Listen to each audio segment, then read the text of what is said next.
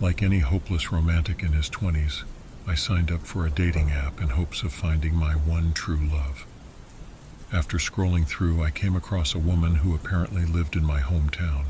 Let's call her Sally, because why the hell not? Sally was an ordinary girl.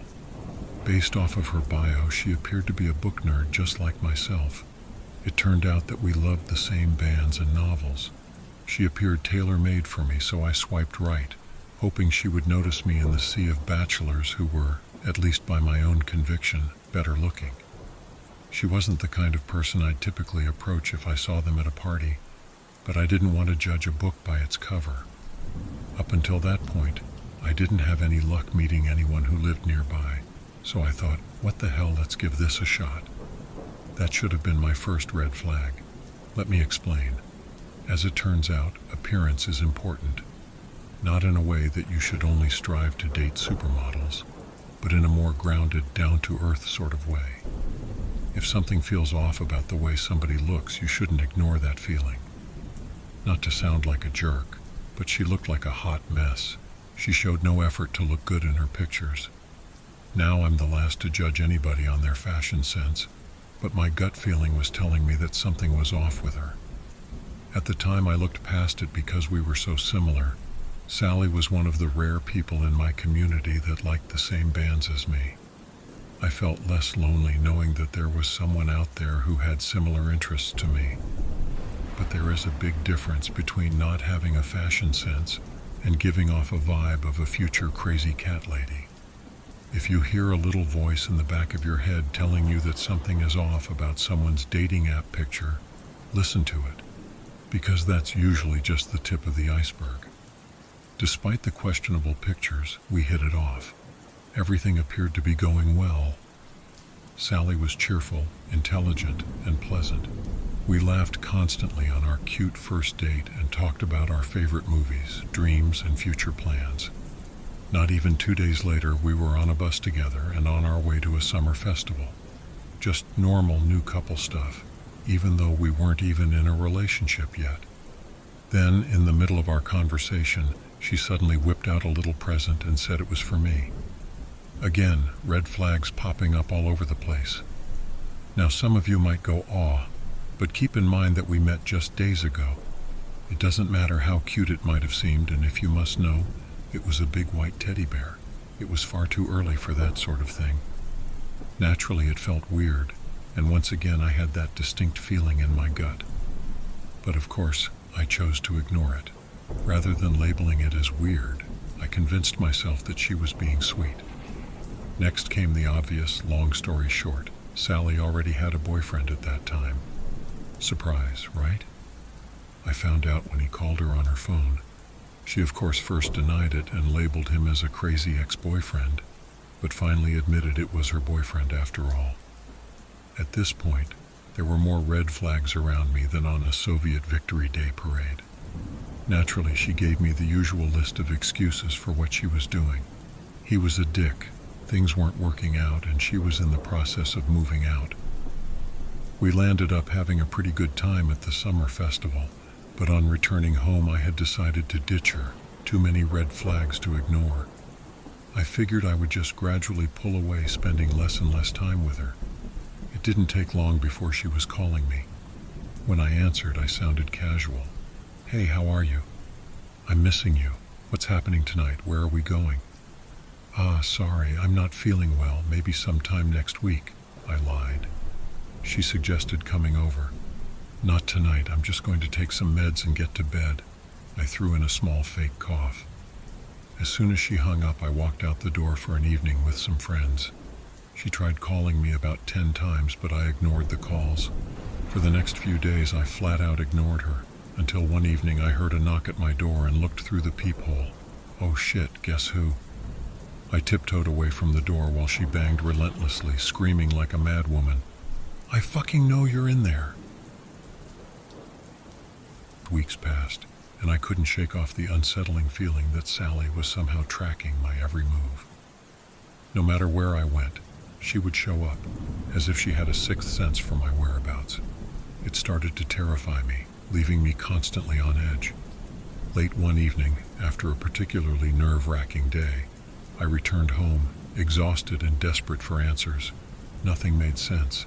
That's when I noticed it. The innocent-looking white teddy bear she had given me. It seemed like a sweet gesture at the time, but on closer inspection I found a tiny camera hidden within its fluffy exterior. My heart raced as the realization hit me like a ton of bricks. Sally had been spying on me through that teddy bear. The red flags I ignored were now obvious. This was a disturbing invasion of privacy. The cute present was a Trojan horse, and she was monitoring my every move. Fear gripped me as I contemplated the extent of her obsession. How long had she been watching? What had she seen? I couldn't comprehend the violation I had experienced. I was angry but also scared. Fueled by a mix of dread and fury, I confronted Sally about the discovery. Her reaction was a chilling blend of nonchalance and twisted justification.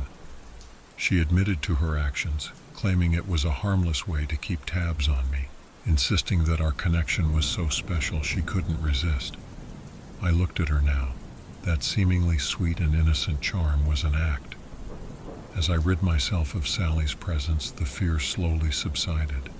The teddy bear found its way into the trash, a farewell to a chapter of my life marked by deception, and a reminder that even in the world of dating, appearances can be deceiving.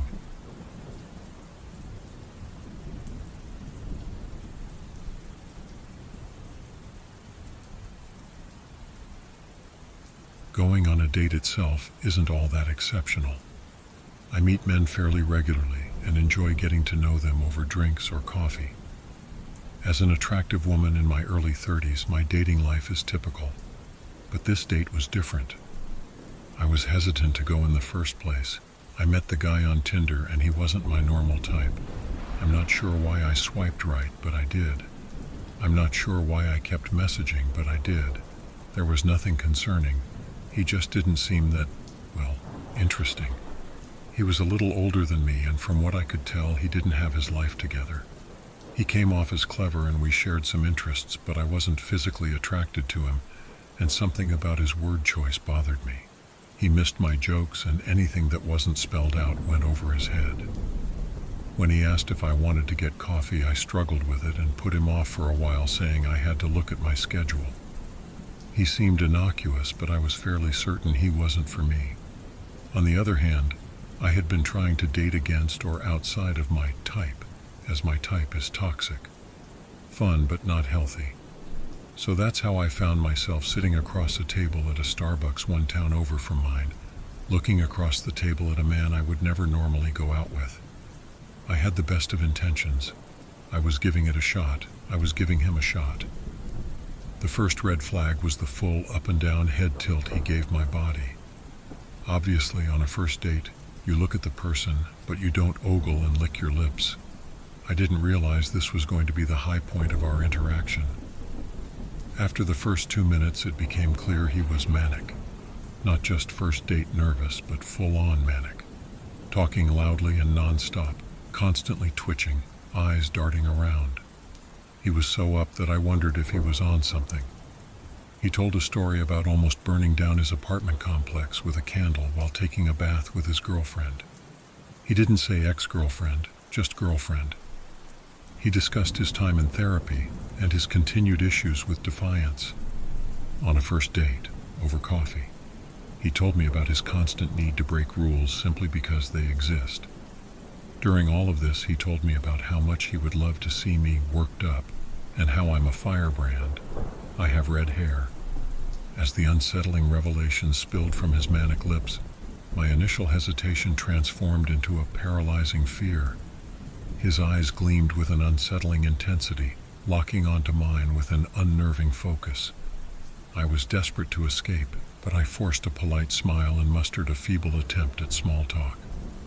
Panic began to swell as I realized that I had no idea what I had gotten myself into.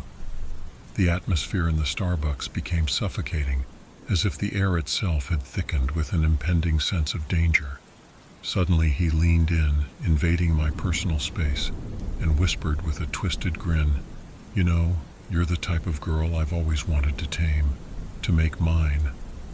My heart raced, and summoning all the courage I could muster, I excused myself to the restroom, my mind racing with escape plans. As I closed the door behind me, my hands trembled as I pulled out my phone to call for help. But as I glanced into the cracked mirror, a gut-wrenching realization struck me. He was standing right behind me. His unsettling grin widened as he produced a sinister-looking blade. Panic surged through me and I fumbled for the door, but he held it firmly shut. The stark reality sank in. This date had taken a dark turn. He whispered menacingly, "You should have swiped left, sweetheart. Now you're stuck with me." In that moment of terror, I reached deep within myself, summoning every ounce of strength to fight back.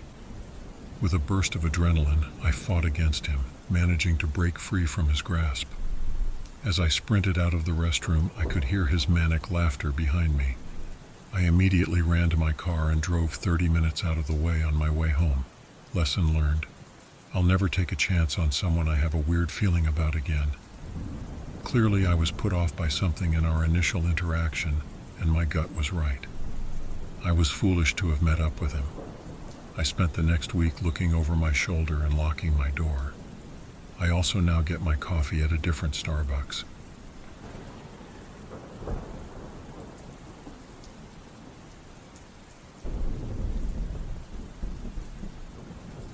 Looking back at it, I can't believe I was so naive. I was 21 and studying broadcast journalism at university. I had met a guy on Tinder, Rick, and we hit it off from day one. He was good-looking, kind, and very generous. We had been dating for roughly 4 months when he invited me to go on a vacation with him to Brazil. I was really excited. I'd never been out the country and looked forward to us having our first vacation together. He said he knew a lot of people out there and was on his mobile the moment we landed. When we arrived at our hotel, there was already a man waiting to greet us. He asked us if we were okay and then gave Rick quite a bit of spending money. I didn't think much of it, assuming he was a family friend. The holiday was great fun, apart from the fact that this guy kept coming round to see Rick. I mainly stayed out of their way because I felt awkward and he made me uncomfortable. We had been there for 3 days when Rick mentioned that he had some business to tend to and that he would be back later in the day. This wasn't what I pictured as my perfect getaway, but what was one day. Rick gave me some money and I spent the day exploring and buying gifts to take back home. When I got back to the hotel, I ordered room service and tried to call Rick. His phone seemed disconnected. As evening fell, the panic started setting in, and I still couldn't get hold of Rick. The evening passed in a blur. I barely got any sleep, and by morning I was starting to freak out. It was around 6 a.m. when I heard a knock at the door. Relief washed over me, thinking Rick had finally returned. My relief was short-lived. It was Rick's friend, the guy that kept coming around to see him. He was a big, scary-looking guy and spoke very broke English. With a knot in my stomach, I had to leave the hotel with him. His assurances about Rick being tied up and meeting us later at a friend's house echoing in my mind. The once welcoming hotel now felt like a trap, and I couldn't shake the fear that gripped me. Arriving at the dingy house, the atmosphere grew increasingly ominous. 3 rough-looking guys awaited us, their eyes scrutinizing my every move. Panic set in as the realization dawned. Rick wasn't the person he claimed to be. My heart pounded with fear as I grappled with the alarming situation. The men's intentions became clear. They wanted payment for my stay and expected me to carry drugs back home for them. The weight of the packed suitcases they handed me felt like a burden laced with danger. They watched me like hawks, and any sign of resistance could spell disaster. As the gravity of the situation sank in, my mind raced with thoughts of escape. The airport became a battleground of nerves as I navigated through security, my anxiety palpable on the plane. The anticipation of landing and facing the unknown loomed over me like a storm cloud. Upon touchdown in my home city, I knew I had to act swiftly to sever ties with these dangerous individuals. The airport terminal felt like a maze, my senses heightened as I maneuvered through the crowd, conscious of their eyes watching my every move. Fear gnawed at me as I envisioned the promised individual waiting for me at the airport. My mind raced through scenarios, contemplating the risks involved. With a pounding heart, I decided to make a daring move. I went straight to the airport police station. On entering, my hands trembled as I explained the nightmarish situation that had unfolded.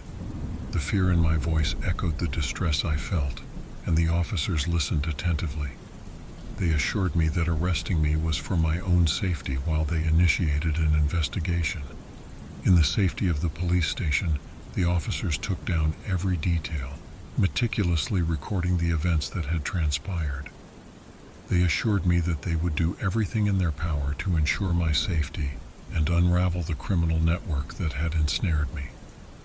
Once released, I stepped into the safety of the outside world. Relief washed over me.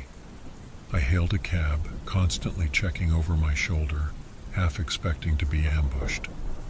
The ride home was a mix of gratitude and disbelief, a narrow escape from a perilous situation that had unfolded in the blink of an eye. Rick knew where I lived, so I immediately packed bags and moved in with a friend. I have never been back on Tinder and still look over my shoulder expecting Rick to pop up at any time.